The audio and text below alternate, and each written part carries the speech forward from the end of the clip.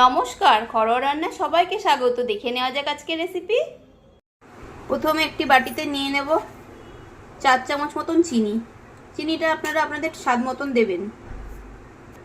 দিয়ে দিচ্ছি কফি,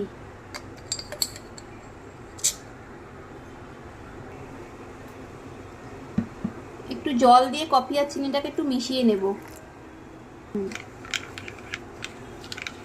তাহলে চিনিটা চটপট গুলে যাবে। এবার কফি আর চিনির মিশ্রণটা আমি একটি মিক্সিং জারে দিয়ে দিলাম। দিয়ে দিচ্ছি কিছুটা আইস কিউব,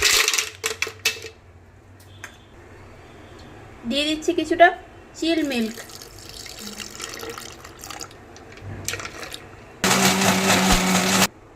এই যে এটাকে ব্লেন্ড করার পর দেখুন কতটা ফ্লপি হয়েছে। এবার এটাকে গ্লাসে সার্ভ করে নেব।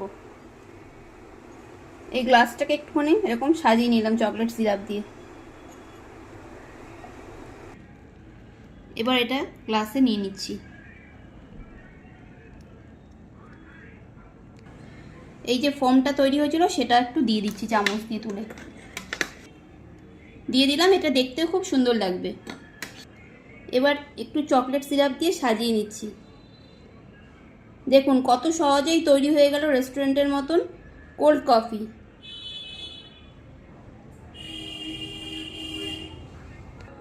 খুব সহজেই তৈরি হয়ে গেল গরমে প্রাণ জুড়ানো কোল্ড কফি। আপনারাও বাড়িতে বানান ও খান, এনজয় করুন।